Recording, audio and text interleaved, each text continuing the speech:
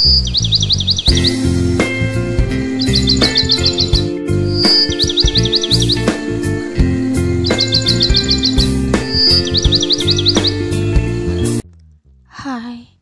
masih dalam sikon kegabutan yang hakiki ini, aku bakal kasih cerita lanjutan film Back to the Future One, yaitu tentu saja Back to the Future 2. Film yang ditulis oleh Bob Gale dan Robert Zemeckis ini, menurut aku, alur ceritanya sangat menghibur dan menarik. Bagaimana menurut kalian? Nanti komen di bawah ya. Film jadul ini dibintangi oleh Michael J. Fox, Christopher Lloyd, Lea Thompson, Crispin Glover. Dan ini foto mereka saat kini. Sudah tuir-tuir sih, namun mereka tetap terlihat bugar. Oke, langsung saja. Adegan film diawali dengan potongan terakhir film sebelumnya. Mungkin biar kalian gak lupa, di mana diperlihatkan keheranan Marty dengan mobil barunya yang ketika itu sangat keren. Sesaat kemudian, Dr. Emmett datang dengan mobil mesin waktunya. Dr. Emmett datang dari tahun 2015.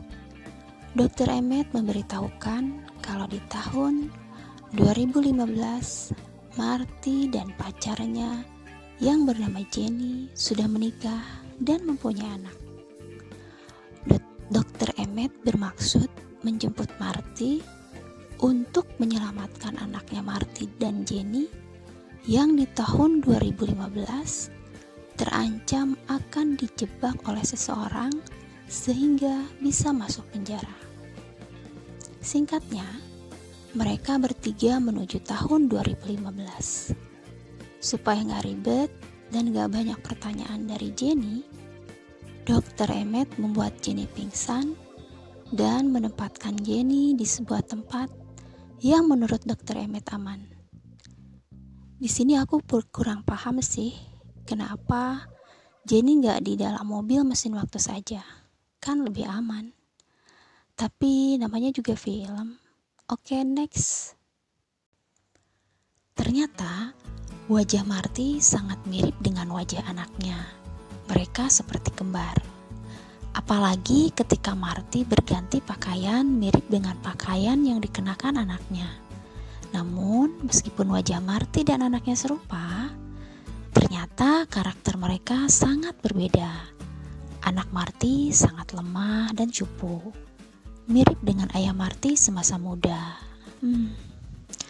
Ternyata gen cupu gak bisa hilang ya saudara. Dan seseorang yang mau menjebak anak Marty itu bernama Griff. Uniknya, Griff itu merupakan cucu dari Biff. Dan siapa Biff itu? Yang sudah menonton videoku sebelumnya tentu tahu siapa Biff. Yang belum tahu, aku kasih tahu ya. Biff itu sejenis fuckboy yang menjadi saingan ayah Marty untuk mendapatkan cinta ibu Marty semasa mereka semua masih sekolah dulu. Oke, lanjut. Ketika anak Marty pingsan gara-gara pukulan Griff, Marty menyembunyikan anaknya di balik meja dan Marty muncul menggantikan anaknya. Griff tidak tahu kalau dibohongi karena wajah Marty dan anaknya serupa. Saat Marty berhadapan dengan Griff, di sini ada adegan di mana Marty adu pukul dengan Griff dan Marty dikejar oleh Griff and the gang. Adegan kejar-kejaran mereka menggunakan skateboard modern. Marty dapat pinjam paksa dari anak kecil yang kebetulan sedang bermain di taman. Sedangkan Griff and the gang menggunakan skateboard modern yang lebih canggih daripada yang digunakan Marty. Meskipun demikian, ternyata Marty berhasil lolos dari kejaran Griff and the gang. Mereka malah hancur lebur, remuk redam, karena membentur dan menghancurkan kaca sebuah gedung. Singkatnya, Griff tidak berhasil menjebak anak Marty. Justru sebaliknya, Griff yang harus dipenjara karena telah membuat kekacauan. Misi Marty di tahun 2015 pun beres. Anaknya dapat terselamatkan. Tuh, jadi si Griffnya yang masuk penjara. Jenny yang pingsan ternyata ditemukan oleh polisi. Polisi dapat mengidentifikasi Jenny dengan canggih. Mereka pikir Jenny sangat awet muda karena menurut data polisi, Jenny sudah berumur dan mempunyai 2 orang anak. Dalam keadaan sedikit sadar, Jenny diantar polisi ke alamat sesuai data, yaitu rumah Tuan Marty. Jenny semakin sadar dan segera bersembunyi di dalam lemari. Di balik lemari, Jenny dapat melihat ibu dan bapak mertuanya. Juga kedua anak-anaknya yang ternyata sudah akil balik, yaitu sudah gede-gede ya. Kelucuan pun terjadi ketika tanpa sengaja Jenny tua dan Jenny muda bertemu. Mereka berdua sama-sama pingsan. Ketika pingsan itulah Jenny muda dapat dikeluarkan dari rumah tersebut oleh Dr. Emmett. Singkat cerita, Jenny muda, Marty, dan Dr. Emmett berhasil kembali ke tahun 1985, yaitu tahun di mana mereka berasal.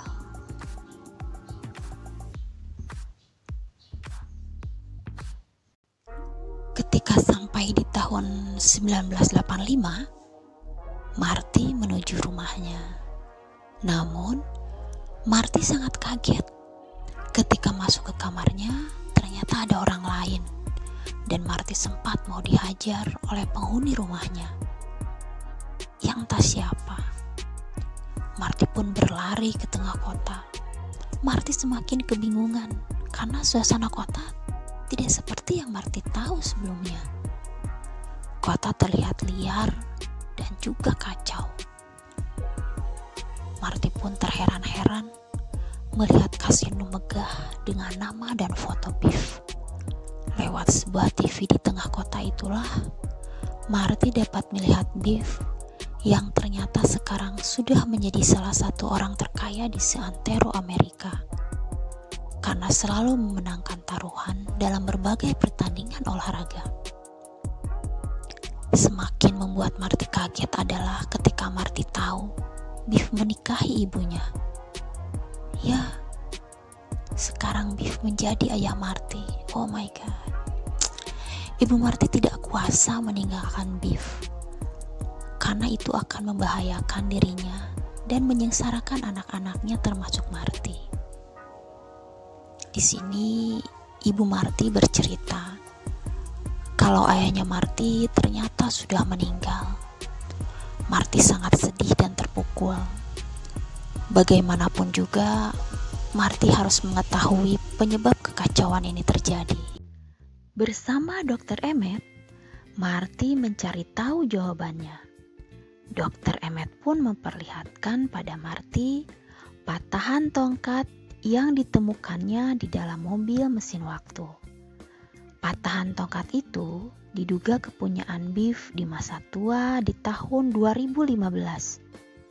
Kenapa ini bisa terjadi? Ternyata tanpa Dr. Emmett dan Marty sadari, di tahun 2015, Biff yang ketika itu sudah tua renta mencuri dengar obrolan Dr. Emmett dan Marty mengenai mobil mesin waktu dan buku almanak. Buku almanak itu dibeli Marty rencananya untuk digunakan di tahun 1985 supaya Marty bisa memenangkan semua taruhan-taruhan pada pertandingan-pertandingan olahraga yang akan digelar. Tentu saja Marty akan menang taruhan dan akan sangat kaya raya. Karena buku almanak tersebut berisi tentang daftar para pemenang pertandingan olahraga dari tahun 1950 sampai tahun 2000. Namun buku almanak tersebut dibuang oleh Dr. Emmett. Karena menurut Dr. Emmett hal tersebut bisa membahayakan Marty. Buku almanak yang dibuang Dokter Emmet diam-diam diambil Biff tua. Ketika Dokter Emmet dan Marty lengah, Biff tua memakai mobil mesin waktu dan memberikan buku almanak tersebut pada Biff muda di tahun 1955. Ini ternyata jawabannya. Kenapa Biff bisa jadi kaya? Ternyata mencuri dengar dan mencuri ide Marty soal menang taruhan dengan buku almanak tersebut. Dan tanpa sengaja, ketika Biff tua kembali ke tahun 2015, Biff tua, si bocah tua nakal ini, mematahkan tongkatnya dan mati. Biff tua sebenarnya mati tak jauh dari mobil mesin waktu tersebut tanpa disadari oleh Dokter Emmet dan Marty. Setelah tahu penyebab kekacauan yang terjadi, Marty dan Dokter Emmet menyusun rencana. Intinya, mereka harus kembali ke tahun 1955 untuk mengambil buku almanak dari tangan Biff muda. Singkat cerita, Dokter Emmet dan Marty sudah kembali ke tahun 1955 dengan mobil mesin waktu.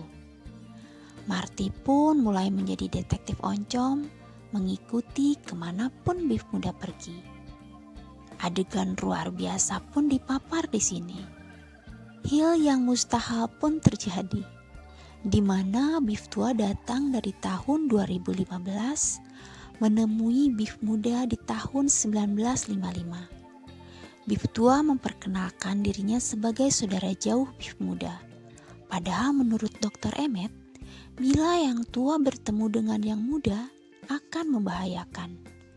Pantas saja, Biff tua setelah pulang kembali ke tahun 2015 terlihat tak berdaya dan maewat alias mati.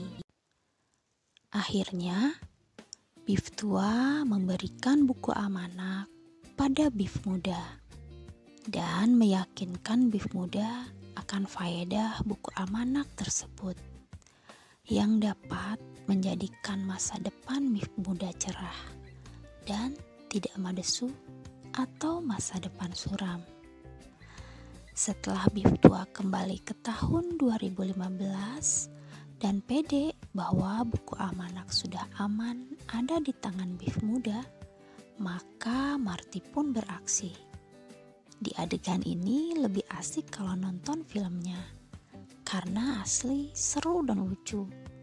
Usaha Marty untuk merebut buku almanak ini dari tangan Biff benar-benar berliku. Pokoknya alur cerita di film ini ajaib dan sangat menghibur banget. Singkat cerita, Marty yang sudah berhasil merebut buku amanah dari tangan Biff langsung dikejar Biff tanpa ampun. Dalam keadaan kepepet karena tidak ada lagi jalan penyelamatan, Marty tetap dapat lolos karena diselamatkan oleh Dokter Emmet di saat yang tepat. Setelah selamat dari kejaran Biff muda, Marty pun memusnahkan buku almanak dengan cara dibakar. Namun tiba-tiba petir maha dahsyat menggelegar, menyambar mobil mesin waktu yang dikendarai Dokter Emmet. Dan wush, Dokter Emmet pun menghilang bersama mobil mesin waktu. Marty bengong. Dia kini sendiri, bingung, sepi, sunyi, kelam, becek nggak ada ojek. Dengan malam gulita dan hujan gemericik, menambah kebingungan Marty karena kehilangan Dokter Emmet. Namun tanpa diduga, ada sesosok mobil yang menembus kegelapan malam menghampiri Marty.